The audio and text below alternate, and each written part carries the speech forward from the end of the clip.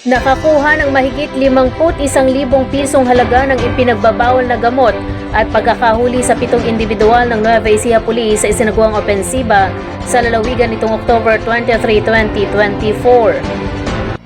Sinabi ni Police Colonel Ferdinand D. Hermino, Acting Provincial Director NEPO, na 6 na drug traders ang nahuli sa magkahiwalay na anti-illegal drug bypass operations na isinagawa ng mga elemento ng Cabanatuan City Police Station, kung saan 5 ang nakuha at Talavera Police Station ay 1. Nasamsam sa mga operasyon ng 7.9 grams ng hinihinalang shabu na may tinatayang halaga na 51,680 pesos. Nakatakdang sampahan ang mga suspek ng paglabag sa Republic Act 9165 o Comprehensive Dangerous Drugs Act of 2002. Habang isa pa ang narestong wanted sa Manhunt Charlie Operation na isinagawa ng mga tauhan ng General Tino Police Station sa Barangay Sampaguita, General Tino, Nueva Ecija. Ang akusado na nasa kustudya na ngayon ng operating unit ay inaresto sa bisa ng warrant of arrest para sa kasong estafa. Inilabas kamakailan ng DILG Central Luzon ang mga listahan ng mga top performing barangay sa Nueva Ecija para sa second quarter barangay road clearing operations ngayong taon. Sa naturang second quarter 2024 assessment, may kabuang 109 na barangays sa lalawigan ang pumasok sa top performing barangays. Nangunang lungsod ng Cabanatuan na may 10 barangays ang napasama.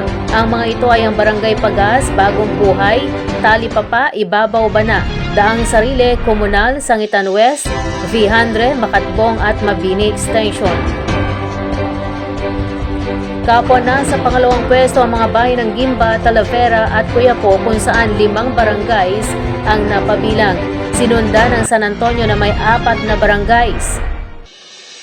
Habang nasa tig-3 naman ang mga barangay ng Jaén, Llanera, Laur, Licab, Lupao, Nampituan, Palayan City, Pantabangan, Cabiao, Bungabon, Gabaldon, Rizal at nalalabi pang bayan sa Nueva Ecija. Dahil dito ipinabot ng DILG Central Luzon ang pagbati, sabay sabing pananatilihin ang isang maayos, malinis at walang sagabal sa daanan ng kanilang nasasakupan.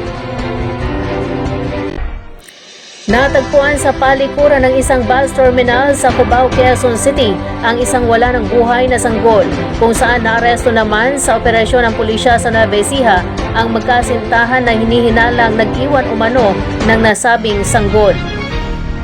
Nababalutan pa ng plasenta ang sanggol at nakakabit pa ang pusod nang makita ng isang vendor na nasa gilid ng drum sa comfort room ng bus terminal sa Cubao bandang alas 6 ng gabi.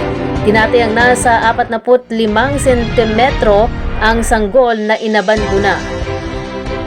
Sa pagsisiyasat ng Quezon City Police District, nahagip ng CCTV camera ng terminal ang paglabas ng isang lalaki at babae sa CR. Kita rin sa video footage na hawak ng babae ang sanggol na nababalutan ng t-shirt. Ayon naman kay E. Rodriguez, Barangay Captain Marciano Agua Jr., magkasintahan ng 2 suspek at patungo sa Gapan, Nueva Ecija matapos na iwan ang sanggol. Naging susi sa pagkakadakip sa mga suspek ang t-shirt na pinampandong ng lalaki sa kanyang ulo at sa ginamit sa sanggol bago nila ito iwan.